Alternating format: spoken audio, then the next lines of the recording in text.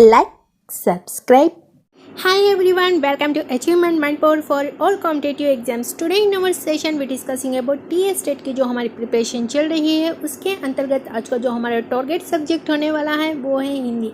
हिंदी के अंतर्गत आज का जो हमारा टॉपिक है वो है हिंदी मेथोडोलॉजी। अभी तक हमने सिलेबस हिंदी का सारा सिलेबस कवर कर चुके हैं एंड यहाँ पर प्रीवियस ईयर का क्वेश्चन भी सॉल्व करा दिए हैं। तो अब यहाँ पर थोड़ा बहुत हम मेथोडोलॉजी पर कवर करेंगे। चलिए फिर सेशन शुरू करते हैं। जो हमारे सेशन में न्यू है, do like, subscribe and hit bell icon for latest update. आप हमारे साथ जुड़ सकते हैं टेलीग्राम चैनल पर, इंस्टाग्राम, दोनों के लिंक्स प्रोवाइडेड है डिस्क्रिप्शन बॉक्स में।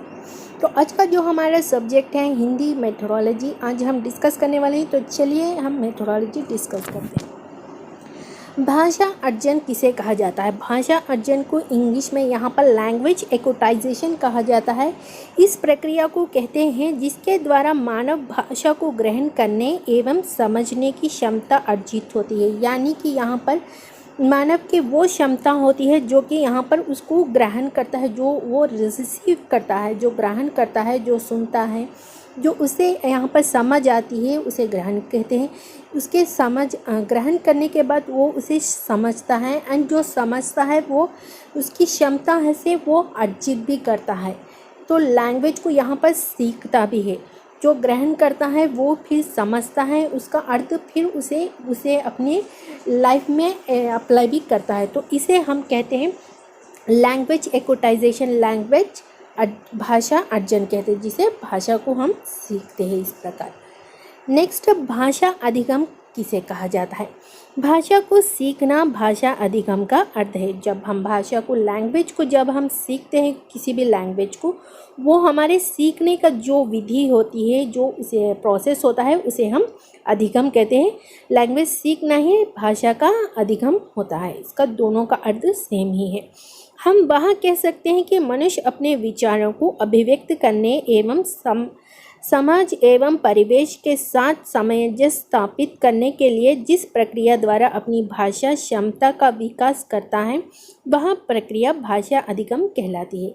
यानी कि भाषा जिस कोई भी ऐसी प्रदेश में आप जाएं, वहाँ पर आप उनके लैंग्वेज को यहाँ पर समझ रहे हो, फिर धीरे धीरे उन्हें सीख रहे हो, फिर अपने लाइफ में इसे यानी कि अप्लाई कर रहे हो। तो इस प्रकार आप एक भाषा को यहाँ पर सीख सकते हो। ये सीखने को भाषा अधिगम भी कहा जाता है। जो मनुष्य यहाँ अपने जो विचार होते हैं, जो यहाँ पर बोलना चाहता है, जो अभिव्यक्त करना चाहता है एंड यहाँ पर जो समाज में उसे दोनों में समाज के साथ जोड़े रखता है, उसे हम क्या कहते हैं? सीखने के जो समय यानी कि जो इस्टेब्लिशमेंट एक प्रकार का वो इस्टेब्लिश करता है कि वो समझ रहा है, अभिव्यक्त कर रहा है एंड जो यहाँ पर विचार व्यक्त कर रहे हैं उनको भी समझ रहा है। इन दोनों में कनेक्टिविटी के साथ समाज में वो रह रहा है। तो इस प्रकार के रहने के लिए जो प्रक्रिया वो यहाँ पर कर रहा है, जो मेहनत यहाँ पर कर रहा है, जो डेवलपमेंट उसमें हो रहा है, उसी को प्रक्रिया को हम यहाँ पर क्या कहते हैं? भाषा अधिगम कहते हैं। नेक्स्ट देखिए इन दोनों में डिफरेंसेस क्या है। देखिए भाषा अर्जन और भाषा अधिगम के बीच यहाँ पर अवचेतन प्रक्रिया होती है। यहाँ पर हम कोई कॉन्शियस नहीं रहते कि भाषा सीखनी तो सीखनी है, इस प्रकार की नहीं रहती। हम यहाँ पर अपने इंटरेस्ट से यहाँ पर सीख सकते हैं। भाषा अधिगम में देखिए आपको लर्निंग यहाँ पर जो है सीखनी है, यानी कि ये स्कूल वे में आप यहाँ पर अर्जित करते हो। भाषा अर्जन जो है वो आपके फैमिली में समझ सकते हो। फॉर एग्जाम्पल के तौर पर आप यहाँ पर याद रख सकते हो। यहाँ पर आपको सीखने की कोई इम्पोर्टेंस नहीं है, आपका मन लगा तो आप यहाँ पर सीख सकते हो। लेकिन लर्निंग जो है आपको यहाँ पर सीखनी है। कॉन्शियस माइंड आपका यहाँ पर रहनी चाहिए प्रक्रिया को सीखते वक्त। स्वाभाविक प्रक्रिया है, यानी कि आपको जो यहाँ पर एक के बाद एक आप न्यू वर्ड्स जो आपके आसपास बोली जाती है वो सुनकर आप यहाँ पर अप्लाई भी करते हो।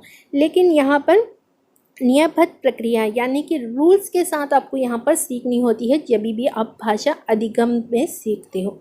नेक्स्ट, अनौपचारिक प्रक्रिया होती है, यानी कि जो आसपास जो फैमिली होती है, जो पड़ोसी पीयर्स जो भी आपके फ्रेंड्स होते हैं, यहाँ से आप अपने आप में वो अनौपचारिक कोई यहाँ पर स्ट्रेस देकर आपको पढ़ना नहीं होता है, लेकिन औपचारिक यहाँ पर टीचर आपको पढ़ानी होती है। टीचर के द्वारा या कोच के द्वारा आपको यहाँ पर सिखाया जाता है, तो ये औपचारिक है। यहाँ पर मातृभाषा को भाषा अर्जन कहा जा सकता है, यानी कि जो हमारे मातृभाषा होती है, जिसे हम लैंग्वेज, जो मदर लैंग्वेज होती है, वो हमारी भाषा अर्जन में आती है। एंड दूसरी भाषा जो हम यहाँ पर सीखते हैं स्कूल जाकर या कॉलेजेस जाकर, तो ये हो गया आपका भाषा अधिगम के अंतर्गत आती है। ये रहे दोनों में अंतर। नेक्स्ट देखिए, भाषा के विविध रूप। भाषा के बहुत सारे रूप होते हैं, उसमें कुछ इधर यहाँ पर दिया गया है।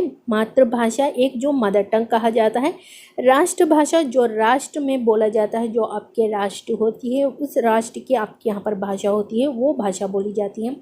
यानी कि यहाँ पर देखिए, अब तेलंगाना में तेलुगु बोली जाती है, लेकिन जो यहाँ पर राजस्थान यहाँ पर है उन लोगों को हिंदी बोली जाती है। तो अपने अपने राष्ट्र के अनुसार यहाँ पर लैंग्वेज जो है चेंजेस होती है, जो भाषा है यहाँ पर चेंज होती है। राज्य भाषा जो यहाँ पर हिंदी है, वहाँ पर अपने सब देश के अपनी अपनी राज्य भाषा होती है। तो यहाँ पर अपने राज्य भाषा एंड राष्ट्रीय भाषा मातृभाषा के रूप में विभाजित किया गया है। इन रूपों में हमें भाषा जो है मिलती है। देखिए, भाषा शिक्षण की प्रमुख विधियाँ क्या हैं, चलिए देखते हैं। बहुत ही इम्पोर्टेंट है ये।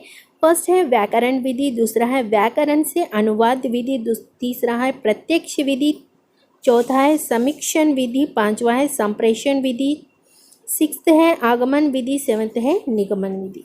इनके बारे में और डीपली हम यहाँ पर समझते हैं। व्याकरण विधि किसे कहा जाता है? इस विधि के अंतर्गत अन्य भाषा के नियमों को कुछ शब्दों के साथ सिखाया और याद कराया जाता है। उसके बाद शब्द संयोजन और व्याकरण नियमों के आधार पर अभ्यास कराया जाता है। यानी कि व्याकरण विधि में आपको यहाँ पर भाषा के जो नियम होते हैं, रूल्स होते हैं, वो यहाँ पर आपको कुछ शब्द देकर उन्हें आपको समझाया जाता है, शब्द के साथ सिखाया जाता है कि ये रूल्स आपको शब्द में फॉलोज करनी होती है। फिर आपको एक वाक्य दिया जाता है एंड ये शब्दों का जो यहाँ पर क्रम आपको जोड़कर एक वाक्य बनाया जाता है।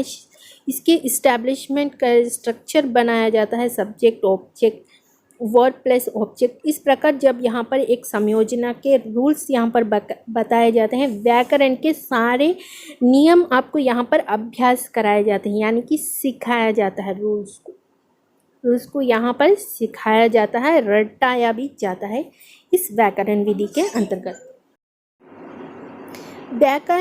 व्याकरण अनुवाद विधि किसे कहा जाता है? यह विधि 19वीं शताब्दी के अंत तक परंपरागत और मान्य विधि के रूप में प्रचलित थी। इससे व्याकरण और अनुवाद दो विधियों परस्पर संयोजित होते हैं। यानी कि ये 19वीं शताब्दी में जो है इसका निर्माण हुआ था, जो कि परंपरागत विधि भी कहा जाता है। इसे क्या कहा जाता है? परंपरागत विधि भी कहा जाता है और मान्य विधि के रूप में भी प्रचलित है। नेक्स्ट इस व्याकरण और अनुवाद, यहाँ पर व्याकरण भी होता है एंड उसका ट्रांसलेशन भी होता है। व्याकरण भी आपको यहाँ पर सिखाया जाता है, उसके साथ व्याकरण के जो रूल्स होते हैं वो आपके मातृभाषा या दूसरी किसी लैंग्वेज में यहाँ पर अनुवाद करके सिखाया जाता है। यहाँ इसे हम व्याकरण अनुवाद विधि कहते हैं। नेक्स्ट देखिए, तीसरा है प्रत्यक्ष विधि। व्याकरण अनुवाद विधि की अनेक सीमाओं के कारण प्रत्यक्ष विधि का आविर्भाव हुआ है। यानी कि यहाँ पर व्याकरण अनुवाद विधि के सीमाओं को, लिमिटेशन को यहाँ पर ध्यान में रखते हुए इसकी वजह से यहाँ पर प्रत्यक्ष विधि का जो है यहाँ पर निर्माण किया गया है। इसे मौखिक वार्तालाप विधि भी कहा जाता है। यानी कि प्रत्यक्ष विधि जो आपके सामने होती है वो मौखिक रूप से आप यहाँ पर बातचीत करते हो। जब यहाँ पर एक दूसरे से बातचीत करते हो, आप प्रत्यक्ष एक दूसरे के सामने होते हो, जब वार्तालाप करते हो, तो इसी को ही यहाँ पर प्रत्यक्ष विधि और मौखिक वार्तालाप भी कहा जाता है। इस विधि में शिक्षार्थियों की मातृभाषा की मध्यस्थ के बिना अन्य भाषा सिखाई जाती है। इस विधि में शिक्षार्थी जो है यहाँ पर मातृभाषा की मध्यस्थ के बिना यानी कि मातृभाषा जो रहती है उसके बजाय यहाँ पर दूसरे लैंग्वेज को इंट्रोड्यूस कर कर जो है यहाँ पर इस व्याकरण विधि को सिखाया जाता है, जो भी रूल्स है वो समझाया जाता है। नेक्स्ट समीक्षण विधि। इस विधि के अंतर्गत भाषा शिक्षण की प्रक्रिया के व्यवहारिक पक्षों का सम्मिश्रण है। इस मिश्रण विधि में शिक्षक भाषा शिक्षण के विभिन्न उद्देश्यों के अनुरूप और शिक्षण प्रक्रिया के विभिन्न चरणों पर किसी भी विधि का चयन कर सकता है। यानी कि इसके अंतर्गत जब भाषा शिक्षण की प्रक्रिया होती है ये कैसी होती है, व्यवहारिक पक्षों पर संरक्षण करते हैं, यानी कि व्यवहार पर यहाँ पर डिपेंड होता है कि आप किस प्रकार का इम्पोर्टेंस यहाँ पर दे रहे हो, किस प्रकार से आप यहाँ पर इंटरेस्ट दे रहे हो। इस संप्रेक्षण विधि को यहाँ पर जो है भाषा शिक्षण में विभिन्न उद्देश्यों के अनुरूप और अनुस्वरूप और शिक्षण प्रक्रिया के विभिन्न चरणों पर इसे विधि को चयन किया जाता है, यानी कि सेलेक्ट किया जाता है उनके उद्देश्य को और उनके प्रोसेस को। जो भी प्रोसेस होते हैं, डिफरेंट प्रोसेस एंड डिफरेंट जो एम्स होते हैं, यहाँ पर उनके अनुरूप आपको यहाँ पर जो है लैंग्वेज को यहाँ पर सिखाया जाता है। नेक्स्ट देखिए संप्रेक्षण विधि।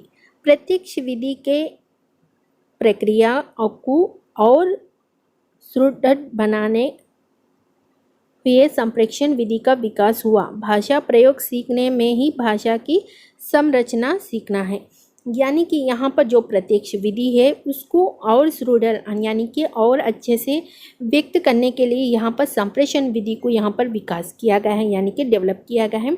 भाषा को आप जो प्रयोग करते हो, जो यहाँ पर बोलते हो, वही आपके लिए भाषा की संरचना है, यानी कि कंस्ट्रक्ट है। आप एक भाषा को, एक लैंग्वेज को आप जो यहाँ पर व्यक्त करते हो वही आपकी भाषा सीखना होता है, जो कि आप यहाँ पर लैंग्वेज को सिखाया जाता है। नेक्स्ट देखिए आगमन विधि। आगमन विधि उदाहरण से नियम की ओर जाता है, विशिष्ट से सामान्य की ओर जाता है। यानी कि आप बच्चे को फर्स्ट उदाहरण, किसी भी लेसन को आप यहाँ पर इंट्रोड्यूस कर रहे हो, कोई न्यू लेसन हो, तो आप उनके फर्स्ट उन्हें यहाँ पर इंटरेस्ट दिलाओगे। क्यों, किस प्रकार उन्हें उदाहरण, इस प्रकार के उदाहरण, किसी भी प्रकार के जो लेसन होता है उस प्रकार के उदाहरण आप उन्हें, अगर आप यहाँ पर फल का कोई लेसन पढ़ाना चाहते हो तो आप उनके मनपसंद फल कौन से हैं ये पूछकर एंड उनके उदाहरण किस प्रकार के वो होते हैं, किस कलर में होते हैं, कौन सा टेस्ट रहता है, इस प्रकार हम उनसे वार्तालाप करके उन्हें उदाहरण बताते हुए हम लेसन की ओर लेकर जाते हैं। यानी कि उदाहरण कौन से हैं ये बताकर फिर हम उन्हें नियम की ओर लेके जाते हैं। फॉर एग्जाम्पल्स देते हैं, फिर उसके बाद में हम यहाँ पर कंडीशंस जो है, रूल्स जो है यहाँ पर अप्लाई करते हैं। रूल्स जो है यहाँ पर अप्लाई किया जाता है विशिष्ट से सामान्य की ओर, यानी कि फर्स्ट हम एक ऐसी कंडीशन बता देते हैं फिर उसे सामान्य की ओर लेकर चले जाते हैं। ये हो गया आपका आगमन विधि। नेक्स्ट जो है निगमन विधि, नियम से उदाहरण की ओर जाता है। ये कुल विपरीत है आगमन विधि से। यहाँ पर जो रूल्स फर्स्ट बताए जाते हैं, रूल्स क्या है बताए जाते हैं, फिर उसके बाद एग्जाम्पल दिया जाता है। सामान्य से विशिष्ट की ओर जाता है, यानी कि सिंपल से कॉम्प्लेक्स की ओर जाता है। सिंपल वर्ड्स आप यहाँ पर लेटर कंस्ट्रक्ट करना सिखाते हो, फिर उसके बाद में आप उन्हें वर्ड्स कंस्ट्रक्ट करना सिखाते हो। इस प्रकार सामान्य से विशिष्ट की ओर उनकी लैंग्वेज जो सिखाने की पद्धति है वो विधि होती है। आई होप आपको सेशन पसंद आया होगा। नेक्स्ट सेशन में हम आपके साथ फिर मिलते हैं। Until then keep smile, bye bye.